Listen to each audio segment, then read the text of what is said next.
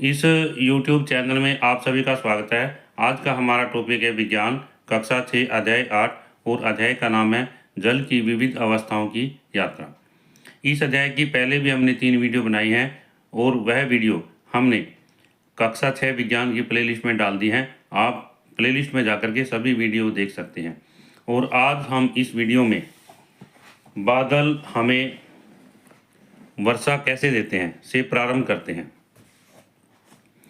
संघनन जल को पृथ्वी की सतह पर वापस लाने के प्रक्रम में एक महत्वपूर्ण भूमिका निभाता है। संघनन के विषय में हमें पढ़ा था कि संघनन क्या चीज़ है। जलवाष्प का जल में बदलना या जल की बूंदों का जलवाष्प जो छोटे छोटे हैं उनका जल की बूंदों में बदलना क्या कहलाता है? संघनन कहलाता है। यह कैसे होता है? जैसे वायु धरती की सतह से ऊपर उठती है तो ये ठंडी हो जाती है। एक निश्चित ऊंचाई पर वायु इतनी ठंडी हो जाती है कि उसमें उपस्थित जलवाष्प छोटी छोटी जल की बूंदों में बदल जाते हैं, परिवर्तित हो जाते हैं, यानी बदल जाते हैं, जो आमतौर पर धूल के कणों के आसपास बनती हैं। ये छोटी छोटी जलकणिकाएं वायु में तैरती रहती हैं और बादल के रूप में हमें दिखाई देती हैं। बहुत सी जलकणिकाएं आपस में मिलकर जल की बड़ी बूंद बनाती हैं। तो जल की बड़ी बूंदें कैसे बनती हैं कि जो जलवाष्प है, जलवाष्प जलकणिकाओं में बदल जाते हैं और जलकणिकाएं आपस में मिलकर के क्या बनाती हैं? जल की बूंदें बनाती हैं। इनमें से कुछ बूंदें इतनी भारी हो जाती हैं कि वे नीचे गिर जाती हैं। इन गिरती हुई बूंदों को हम वर्षा कहते हैं। क्या कहते हैं हम? इन गिरती हुई बूंदों को हम क्या कहते हैं? वर्षा। विशेष परिस्थितियों में ये ओले या हिम के रूप में गिर सकती हैं। हमने ये यहाँ पर भी है, क्या आप जानते हैं जलवाष्प युक्त वायुमंडल पृथ्वी के आसपास हवा की पतली परत में ऊपर क्यों उठती है? जैसा कि हम जानते हैं हल्की गैसों से भरे गुब्बारे वायु में ऊपर जाते हैं। जो गुब्बारे होते हैं जब उनमें हल्की गैसें भरी जाती हैं तो वो ऊपर की तरफ जाते हैं। इसी प्रकार जलवाष्प भी वायु से हल्के होते हैं और जिसके कारण वह ऊपर उठते हैं। तो यहाँ पर एक प्रश्न बन जाता है कि जलवाष्प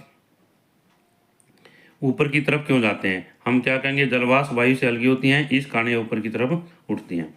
इससे आगे है आवी वर्षा का आनंद लेती है और एक कविता रचती है। आप भी इस कविता को पूरा कर अपनी कक्षा में प्रस्तुत कर सकते हैं। यहाँ पर ये कविता दर्शाई गई है। इसमें जल की बूंदें आसमान में फिरें, सोचें धरती से कैसे मिलें, वाष्प बन वायु में घूमें, बादल बन आसमान में झूमें। तो इसमें कहते हैं कि जल की बूंदें जो आसमान में घूम रही हैं और यह सोचती हैं कि हम धरती से कैसे मिल सकती हैं, वाष्प बन करके वायु में घूम रही हैं और बादल बन करके आसमान में जो है झूम रही हैं। पर बने बर्फ या बारिश की धार, जल कैसे निर्णय ले इस बार। पर बने बर्फ बने या फिर बारिश जो धार के रूप में, मूसलाधार भी कहते हैं उसको, बरसात पृथ्वी पर आती है उसके रूप में बने, बरसात के रूप में बने, और या फिर किसके रूप में? बर्फ के रूप में। कहीं गिरे तो हिम कहलाए, और यदि बर्फ के रूप में यदि कहीं गिर जाते हैं तो हिम कहलाते हैं। और कहीं वर्षा की धार बन जाए और यदि बरसात के रूप में गिरते हैं तो वर्षा की धार बन जाती हैं। अब सोचो समझो और करो विचार, किस पथ पर चले जल इस बार। अब कहता है भी अब सोचना समझना है, जल कहता है भी इस विचार करो कि इस बार जो है जल किस रूप में पृथ्वी पर आएगा। इससे आगे है क्रियाकलाप 8.1 बादलों के निर्माण में धूल के कणों की भूमिका को दर्शाता है। तो इसमें जो क्रियाकलाप 1 है ये क्या है भाई?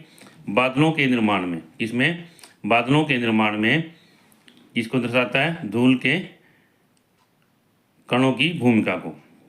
इससे आगे है क्रियाकलाप 8.10 आइए सामूहिक क्रियाकलाप में भागीदार बने। यहाँ पर है कागज लाते हुए सावधानी बरतें। इसमें ये दिया गया है सावधानी के लिए। और इसमें यहाँ पर है प्रयोग में न आने वाली 1 लीटर की खाली बोतल ने इसमें लगभग 1 कप जल डालें। ढक्कन कसकर बंद करें। अब 2 से 3 मिनट तक लगातार बोतल को जल्दी जल्दी दबाएं और छोड़ें। फिर बोतल में जल के ऊपर के स्थान का अवलोकन करें। समाचार पत्र का एक छोटा टुकड़ा जलाकर जल में मिलाएं। क्या करना है भी? समाचार पत्र लेना है, उसका छोटा टुकड़ा जो है इस प्रक्रिया को हमें दोहराना है। समाचार पत्र का टुकड़ा लेना है, जलाना है और जल में मिलाना है, उस प्रक्रिया को हमें दोहराना है। आप क्या अवलोकन करेंगे? इस स्थिति में आप बोतल में जल के ऊपर कुछ धुंधलापन बादल देखेंगे। क्या देखेंगे भाई? धुंधलापन। समाचार पत्र के जलने से बहुत छोटे अदृश्य धूल के कण निकलते हैं, जिसके चारों ओर जलवाष्प संघनित होकर के बादलों का निर्माण करते हैं। तो हमने क्या देखा? जो समाचार पत्र है उसके जलने से बहुत से अदृश्य धूल कण निकलते हैं और वो चारों ओर, जिसके चारों ओर जो है जलवाष्प जो है बादल जो है संघनित होकर के बादलों का निर्माण करते हैं। आइए हम अपनी समझ को दर्शाने के लिए क्रियाकलाप 8.11 करें। जल जैसे अपनी अवस्था और गति को बदलता है। इसे अगला है क्रियाकलाप 8.11। आइए प्रक्रिया समझें। बॉक्स में दिए गए शब्दों के चित्र में दर्शाएं और तीरों के चिन्ह का उपयोग करके चित्र तीरांकित पर दर्शाएं कि जल कहाँ संग्रहित है, जल कैसे अपनी अवस्था बदलता है और यह कहाँ जाता है। इससे आगे यहाँ पर बादल, झील, समुद्र महासागर, नदी, भूजल, वाष्पीकरण, संघनन, वर्षा और हिम दिए गए हैं। यहाँ ये जल की अवस्था एवं गति में परिवर्तन ये दिखाया गया है। इसमें एक बार यहाँ से पढ़ लेते हैं। मैंने क्या अच्छा किया, क्या मैं जल चक्र के सभी भागों को नामांकित करने में सक्षम थी? जल चक्र के कौन कौन से भाग मुझे स्पष्ट नहीं थे। तो इसमें हमने यहाँ पर बॉक्स के अंदर ये दिखाए गए हैं, जैसे बादल है, ये सभी क्या है? बादल हैं। झील, यहाँ पर जैसे मान लीजिए झील कहाँ होती है? यहाँ पर होती है, हम इसको कहेंगे चलो ये झील है। वैसे ये जो है यहाँ से कहेंगे हम इसको झील है ये। और समुद्र महासागर, ये समुद्र महासागर दिखाए गए हैं। नदियाँ, ये नदियाँ दिखाई गई हैं जो समुद्र में गिर रही हैं यहाँ पर। और वाष्पीकरण, भूजल, भूजल कहाँ होता है? पृथ्वी के नीचे होता है, जहाँ पृथ्वी है। पानी जो है, वर्षा का जल जो है रिस रिस करके भूमि के नीचे चला जाता है और उसको भूजल कहते हैं। तो वो कहाँ दिखाएंगे? भूमि के नीचे। वाष्पीकरण है, यहाँ से जल जो है वाष्प बन करके वायुमंडल में जा रहा है, इसको वाष्पीकरण कहते हैं। संघनन क्या है? जब ये जल ऊपर चला जाता है तो जल वाष्प और जल कणिकाएं जल की बूंदों का रूप ले लेती हैं और क्या कहेंगे? उसको संघनन कहेंगे। वो क्या बन जाते हैं? बादल बन जाते हैं। फिर है वर्षा। यहाँ पर वर्षा जो है दिखाई गई है, ये बादल है, बादल से क्या है? बरसात हो रही है, नीचे आ रही है। और हिम, हिम क्या है? जब पानी की बूंदें वातावरण के अंदर, वायुमंडल के अंदर किसी ठंडे स्थान से गुजरती हैं तो वो जम जाती हैं और किसका रूप धारण कर लेती हैं? हिम का रूप धारण कर लेती हैं। यहाँ पर इसको दिखा सकते हैं, ये हिम का रूप दिखाया गया है। इससे आगे है जल महासागरों और पृथ्वी की सतह से जलवाष्प के रूप में वाष्पित होकर वायु में जाता है और वर्षा ओलों तथा हिम के रूप में वापस लौटता है और अंत में बहकर महासागरों में चला जाता है। किस में चला जाता है? महासागरों में चला जाता है। इस प्रकार के चक्र को हम क्या कहते हैं? जल चक्र कहते हैं। क्या कहते हैं इसको? जल चक्र कहते हैं। जल चक्र क्या है? जल का पृथ्वी से वाष्पित होना और वाष्प होकर के वायुमंडल में जाकर के जम जाना और वहाँ पर जम करके वर्षा के रूप में या हिम के रूप में वापस लौटना, पृथ्वी पर वापस लौटना, इसको क्या कहते हैं? जल चक्र कहते हैं। यहाँ से हम जल चक्र की परिभाषा जो है याद कर सकते हैं, तैयार कर सकते हैं। क्या कहेंगे? जल महासागरों और पृथ्वी की सतह से जलवाष्प के रूप में वाष्पित होकर वायु में जाता है और वर्षा ओलों तथा हिम के रूप में वापस लौटता है और अंत में बहकर महासागरों में चला जाता है। जल के इस प्रकार के चक्रण को जल चक्र कहते हैं। तो यहाँ प्रश्न बन जाता है, जल चक्र किसे कहते हैं? पृथ्वी पर उपलब्ध जल का केवल एक छोटा सा भाग ही पौधों, जानवरों, मनुष्यों के उपयोग के योग्य है। अधिकांश जल महासागरों में है और इसका उपयोग सीधे तौर पर नहीं किया जा सकता।